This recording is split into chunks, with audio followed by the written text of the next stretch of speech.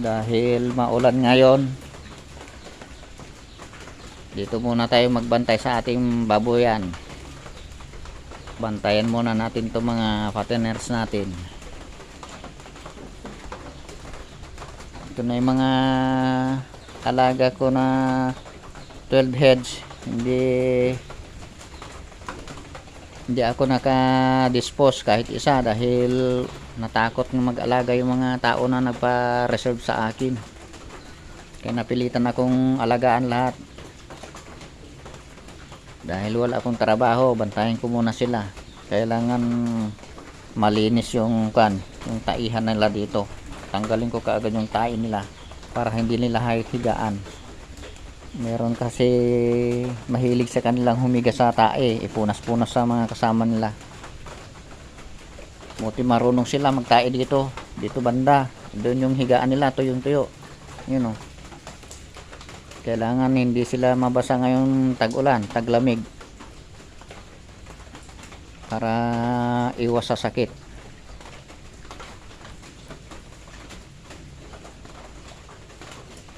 Dahil wala akong trabaho ngayon, pagtiyagaan muna nila yung binigay kong yung darak saka konting feeds. Kailangan maghigpit din sila ng sinturon pag ganitong wala akong trabaho, pag umuulan. Pangatlong linggo na ito ngayon na sunod-sunod na bagyo. Dahil kay bagyong Arce, hindi na naman natuloy yung trabaho ngayong araw. Ano, 85 days since birth, meron ng 40 kilos sa kanila. Yung dalawang malaki yan, may timbang na 45 kilos, ay 40 kilos. Ito yung ina nila, hindi pa nakakuha mula nung nawala yung biik niya, yung mga anak niya. Bali pang-siyam na araw pa lang ngayon mula nung na AI, dahil yung una at pangalawang AI niya hindi nakakuha. Pangatlong AI niya ngayon 9 days, makasakali makakuha na. Meron akong dalawang dumalaga. Yung isa malalaman ko pa hanggang bukas, November 6 kung hindi na ulit maglandi. Nakakuha na, pero yung isa nakatatlong AI na yon, hindi pa nakakuha dahil maaga naglugon, yung buhok niya, nagpamarot na sinasabi nila sa Ilocano, tawag nila sa Ilocano.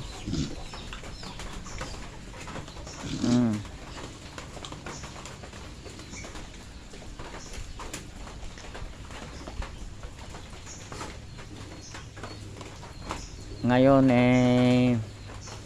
mag-iisang buwan na pinapakain ko itong mga to ng anim na tabo lang ang pinapakain ko sa kanila na feeds, umaga at hapon.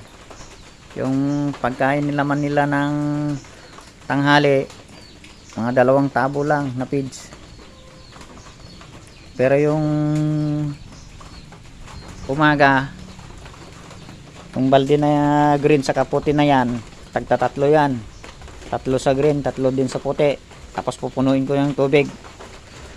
Lugaw yung pagkain nila para makatipid ako. Mahirap budgetan yung baboy kung kailangan mabusog sila ng tubig. Lulugawin ko para ganun na lang diskarte ko para maalagaan ko lahat yung 12 piraso na yan. Kasi kung pagbigyan mo talaga ng pagbigyan yan, yung isang sako ubusin lang nila ng 2 araw yan. Saan tayo pupulot ng 3.8 sa 2 araw, 1.9, 4 na araw, 3.8. kulang na sa araw natin yun, sa sasahurin natin. Kailangan lugawin ko na para napagbigyan ko sila, mabusog man sila, mag-stretch yung bituka nila. Puntahan natin yung dalawa kong dumalaga, pati pato, nilalamig na dahil sa walang tigil na ulan dito. Patay muna natin yung ilaw.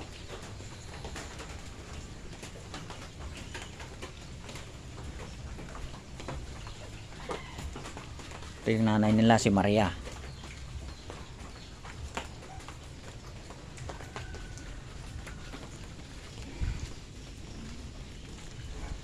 Dito yung mga alaga kong aso. Doon yung isa, nasa loob ng bahay niya. Ito naman isa, nasa loob ng bahay niya. Ayaw nila maputikan. Ito yung mga security guard ko dito. Ayan o. Masamang pakiramdam yan. Ilang araw nang hindi kumakain. Pedro. Yan si Pedro. Yung kabila naman, si Mario. Ito naman si yung pinaka head guard nila, si Burburan. Ito yung pinaka head guard nila, si Burburan. Nabantayan niya to si Karen. Ito kung hindi na magland dito bukas, hanggang bukas, nakakuha na siya. Pero ito maaga naglugon, maaga nagkuhan yung buhok niya.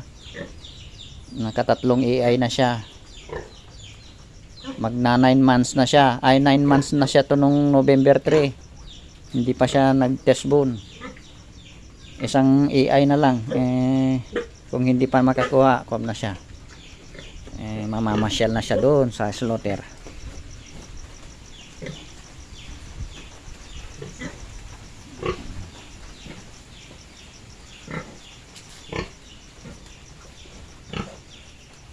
May electric pan sila dito pag mainit ang panahon.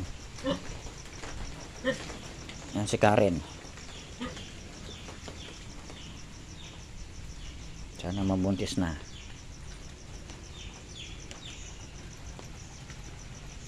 Meron silang farrowing pen na yung ginawa kong farrowing pen. Yan o. Para hindi sila mahirapan. Hindi ka mahirapan pag manganak sila. Ganito yung ginagawa ko pag dumalaga pa lang. Pag nilalagyan ko ng kawayan dito sa gilid nila para hindi sila makaikot ng ganun. Kasi kung hindi mo lalagyan ng kawayan dyan, iikot yan sila dyan. Kaya nito, itong si Karen, maliit pa ito. Kailangan lagyan ko ng harang dito sa gilid niya para hindi siya makaikot. Tapos pag ang ginawa ko dito sa farrowing pen ko, nilagyan ko ng pinaka-kunya dito. Ilawin ko ulit. Pinakaharang niya dito, yung pinaka-bakal na naman dito para yung mga dumalaga na maiksi pa, ilalagyan mo na siya dito sa likod muna habang maliit pa sila. Yan o. Habang maliit pa sila, pero pag manganak na siya ng isang beses, pwede na dito, isagad na dito yung harang. Yan o, ganyan. Ganyan ginagawa po pag dumalaga pa yung baboy ko. Hindi tayo mahirapan maglinis. Dito lang sa pitan niya yung tae. Hindi niya mahigaan. Mukha niya, yung sa likod niya lang yung tae. Mahigaan nila dito lang sa pitan nila. Kaya pag manganak sila, hindi nila mahiga-higaan yung tae nila, hindi pupunta doon sa suso nila yung tae nila.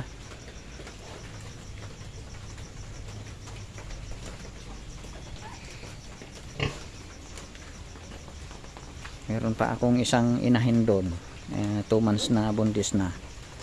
Kaso medyo malayo na doon, malapit na doon sa bahay ng kapatid ko. Corina, kailan ka magbubuntis? Kaya buntis na si Karen, no? Maliit pa si Karen. 7 months. Ikaw 9 months ka na. Hindi ka pa nagte-test bone.